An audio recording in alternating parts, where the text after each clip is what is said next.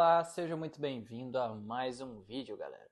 No vídeo de hoje, eu vim trazer aqui um conteúdo diferente do que eu geralmente trago aqui no canal, né? Hoje não vai ter nenhum passo a passo, nada desse tipo.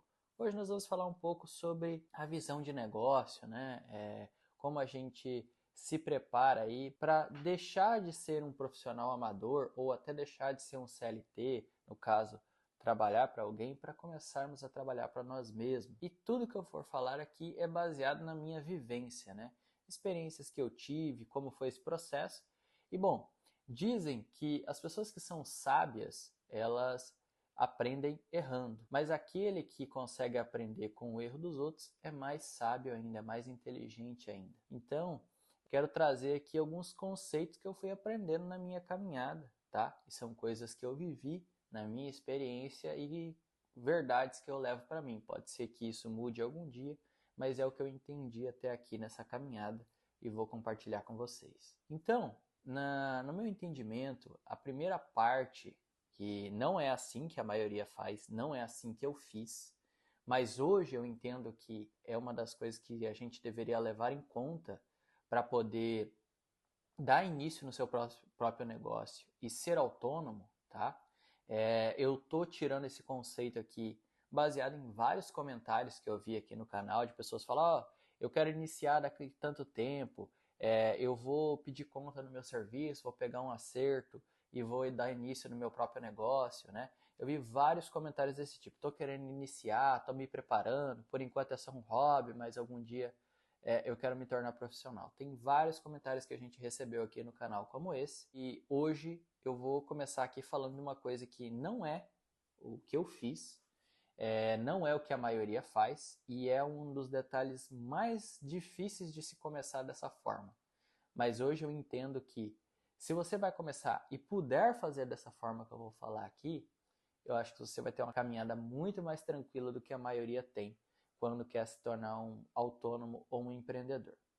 Bom, e a primeira ideia que a gente considera é um preparo financeiro, porque a empresa que a gente vai criar é uma nova fonte de renda, é um novo negócio, é algo que vai nos causar, né, vai nos trazer uma nova fonte de renda, uma nova receita. Porém, você vai criar isso, você vai fazer isso. Então, se logo no começo da sua empresa você acha que você vai abrir as portas e já vai conseguir se sustentar, pagar as contas e tudo tal, olha, é bem raro isso acontecer. Isso é a exceção. E a exceção só serve para confirmar a regra, que é que a maioria não vai conseguir bater as contas tudo direitinho no primeiro mês, no primeiro ano, no primeiro passo. Tá?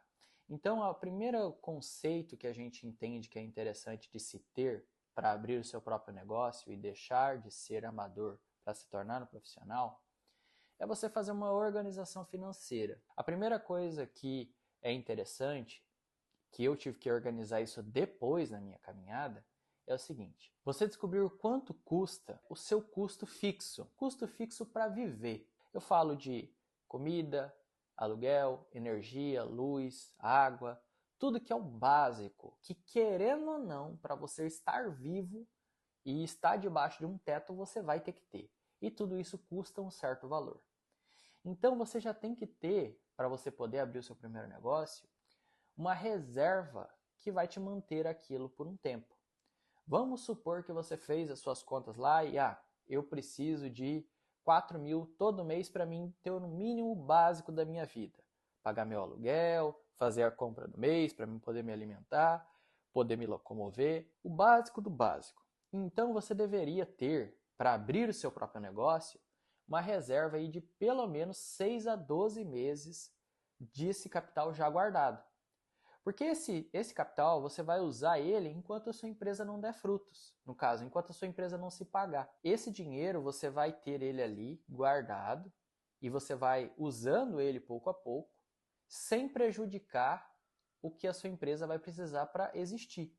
Que seria o capital que você vai ali comprar suas ferramentas, que você vai comprar os insumos, que você vai gastar com marketing. Tudo isso que você vai ter que gastar com a sua empresa, mas você ainda tem o você viver. Então você deveria ter essas parcelas guardadas já, preparadas, para você não depender da sua empresa de chegar nela, ou me devolve aquele dinheiro aí que eu coloquei. Porque senão você vai ficar tira de um lugar, põe em outro, aí faltou aqui, põe lá, entendeu? Isso aí vira uma bagunça.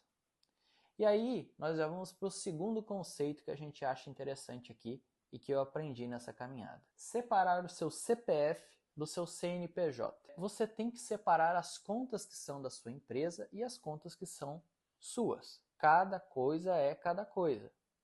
Eu vejo que é interessante, por exemplo, quando você for definir o quanto de plorabole ou quanto de salário você vai tirar da sua empresa, o que você custa para a empresa, você faz 10 vezes mais. Um exemplo, o seu salário é 1.000. Então você, na sua empresa, tem que conseguir fazer 10.000. E você tirou 1.000 para você, entendeu?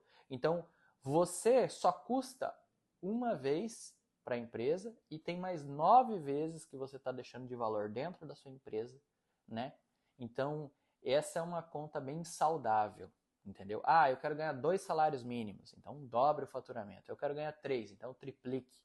Entendeu? Essa é uma ideia que é bem difícil para a maioria dos empreendedores, que é o que eu estou falando aqui, que é sobre a gente ter essa separação entre o CNPJ e o CPF. Você entender que você tem a sua pessoa física e que você tem a sua empresa. E você não ficar misturando. Uma hora você tem um dono de empresa pobre e uma empresa rica. Outra hora você tem uma empresa rica e um dono pobre. Então, você ter esse cuidado de não misturar essas duas coisas e separar, tratar de maneira separada, até para confusões que você vai acabar tendo com a sua família. Isso acaba acontecendo, de você não medir o quanto você gastou com uma coisa, com outra, né? Toda essa organização financeira é fundamental para que a gente comece esse processo de sair do amadorismo para um profissionalismo de maneira mais segura, mais tranquila, tá? Mas não é o que eu fiz e não é o que a maioria faz, tá? Isso eu aprendi depois de fazer muito tempo a coisa de modo errado, de modo torto, e aí eu fui me alinhando conforme eu fui batendo cabeça na vida, tá? E aí nós vamos para o próximo tópico. Você deveria definir um nicho que você quer atuar. Ah, eu quero trabalhar com móveis planejados. Eu quero trabalhar com personalização. Eu quero trabalhar com peças artísticas. Eu quero trabalhar com resina, epóxi e madeira. Eu quero trabalhar com móveis feitos de pallet, né? Você tem que selecionar um nicho que você vai atuar. Porque se você não define o que você faz, você não vai saber que ferramentas você compra. Você não vai saber que tipo de insumos você compra. Você não sabe se você compra madeira grande, curta, se você compra rodela, se você compra uma tinta, se você compra uma seladora, se você compra resina epóxi, entendeu? Tudo é uma bagunça, porque cada hora você está numa confusão diferente. Então, se você não saber que nicho você atua, fica muito mais complicado de você criar um sentido dentro desse negócio que você está querendo criar. Então, definir um nicho que você quer atuar é muito importante. E o próximo detalhe se alia a esse, que é o seguinte: você também deveria definir um público-alvo que você quer. Público-alvo eu falo eu vou vender produtos de maior valor, de menor valor, intermediário, porque tudo isso é um tipo de produto que você vai fazer, às vezes, dentro do mesmo nicho, entendeu? Eu posso fazer uma mesa que vai ser vendida por um valor mais baixo, para mim ganhar na quantidade, ou posso fazer uma mesa que vai ser vendida num valor muito mais alto, que eu vou ganhar na unidade, mas eu também vou vender para um público totalmente diferente. Uma mesa que é feita em grande quantidade e é mais baratinha, é um tipo de indústria, é um tipo de maquinário, é um tipo de produção, um tipo de cuidado. Agora, uma mesa que vai ser vendida num alto valor para um público classe A, é um tipo de maquinário, é um tipo de cuidado, é um tipo de acabamento totalmente diferente. Então, você tem que ter essa noção também de selecionar para que público você vai vender. Olha, quando eu vendo para um público mais classe B ou C, eu vou vender uma maior quantidade, vou ter um menor margem de lucro sobre o produto, mas eu vou ganhar na quantidade. Agora eu vou vender para um público A, então eu vou ter que elevar a qualidade do meu produto muito alto, mas eu vou ter uma boa remuneração por cada peça, mas eu vou ter que ter um produto que realmente seja equivalente a isso. Geralmente a classe A tem menos dificuldade em momentos de crise. E a classe B e C tende a sofrer mais no momento de crise, tende a segurar menos e comprar menos esse tipo de coisa que é menos necessário. Então você tem que analisar em que público você quer atuar. Outra coisa muito importante, galera, é saber dizer não, tá? O que você não quer fazer. Porque se a cada momento você vai e pega, começa a fazer cada projeto que te aparece, chega um, eu quero uma mesa, chega outro, eu quero uma forma de rapadura, outro, eu quero uma tábua de corte. Isso é muito complicado para nós que somos artesão, porque isso mexe no ego. É como se a pessoa perguntasse para você, você consegue fazer isso? E cara, a gente consegue fazer basicamente qualquer coisa, né? Pelo menos a gente meio que acredita nisso. E se você não tiver esse autocontrole de escolher um nicho, que nem a gente disse lá atrás, e até mesmo o público que você vai atuar, e de cada momento você está fazendo uma coisa diferente, você vai se enrolando em projetos, e às vezes aparecem uns detalhes que você não tem a máquina correta, você não tem a habilidade, o conhecimento, e você se enrola num projeto, não consegue terminar, já pegou o dinheiro, já gastou e não consegue terminar. Isso é muito complicado. E quando a gente fica cada hora aparecendo o que veio no sabor da maré, o que o mar trouxe, né? Chega um com um trem, você pega para fazer. Chega outro trem, você pega para fazer. Você está cada hora num rolo diferente, num projeto diferente, numa bagunça diferente, e você não consegue se organizar. Então, outra dica que eu deixo para vocês é isso. Vocês vão ter que saber dizer não para tipos de projeto que vocês não querem fazer. E depois que você sabe para o que você não quer fazer, também fica mais fácil de você escolher o que você quer fazer. E o próximo passo, galera, é você ter uma meta de o quanto você quer no final dessa história. Eu quero mais ou menos 10 mil, 20 mil ao mês. Tá, quanto vale mais ou menos cada peça que eu faço? Vamos se dizer que eu quero todo mês fazer 20 mil reais. Vamos dizer que esse é o faturamento que eu quero ter na minha empresa. E cada peça que eu vendo vale, vamos dizer, R$ 1.000, para ficar fácil a nossa conta. Então é bem fácil. Eu tenho que vender 20 peças no mês. Ali eu já vou ter um cálculo. Eu tenho uma margem de 100% sobre cada um dos meus produtos. Então você já sabe que você precisa de 10 mil para você pagar somente o seu custo e você vai ter 10 mil de lucro. Então, você tem que ter essa margem de quanto é o ticket do produto que você vende, e aí você já vai fazer uma meta do quanto você tem que vender, o quanto você tem que ter em estoque. Tudo isso você já vai poder aferir. E a minha meta nesse mês era fazer 20 mil, eu fiz 30.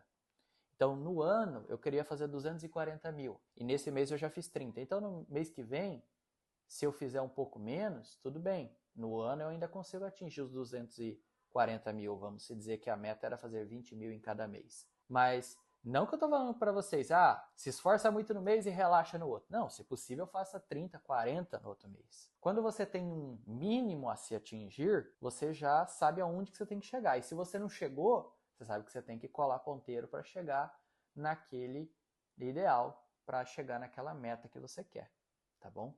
Então essa é outra dica que eu deixo para vocês. Tenha esse controle de aonde você quer chegar, o que você quer no final e o que você vai fazer com esse capital que vai entrar. Eu vou reinvestir, eu vou diversificar, né? O que eu vou fazer? Eu vou começar a criar um negócio novo aqui dentro desse mesmo negócio. Você tem que ter essa ideia. Ou eu vou comprar um carro novo, uma casa nova com esse diferencial aqui. Vou comprar um barracão novo, vou ampliar, né? Quando você tem essa meta de onde você quer chegar, você consegue ter esse plano de metrificar se você está chegando lá, não cheguei, tem que melhorar, tem que ajustar aqui ou ali. Então tudo isso te dá esse filtro, certo? E outra coisa que é muito importante hoje para qualquer artesão é você ter uma presença no digital. Você expor o seu serviço. Porque, galera, quando a gente escolhe um nicho e a gente escolhe um público, dificilmente você vai se deparar somente com aquele público, com aquele nicho que demanda por aquilo que você faz. A não ser que você está no meio do garimpo, você é um fabricador de pá e todo mundo precisa de pá, né? Às vezes pode acontecer isso, mas não é o que acontece na maioria das vezes. Então não espere que você abriu um negócio, todo mundo da sua família vai comprar o que você faz, o seu tio, seu irmão, seu parente, porque você vai estar selecionando um nicho que depende do que a pessoa gosta, depende do que ela está necessitando. Então, toda a venda, ela é feita a partir dessa troca. Eu considero que aquele dinheiro que eu tenho é menos valioso do que o produto que você tem. E a gente aceita fazer essa troca. Mas esse encontro de achar essa troca perfeita, de fazer essa venda, a gente precisa muitas vezes aumentar a possibilidade disso acontecer. E uma presença nas redes sociais, no digital, nos facilita muito chegar a esse objetivo. Uma das redes que eu acho interessante de se começar é o Instagram, tá? É uma rede que facilmente você consegue, se você selecionar um nicho de produto, tiver uma constância, uma presença, você vai conseguindo pouco a pouco reunir um público que está engajado naquilo que você faz. Pouco a pouco você vai achando a sua tribo ali dentro.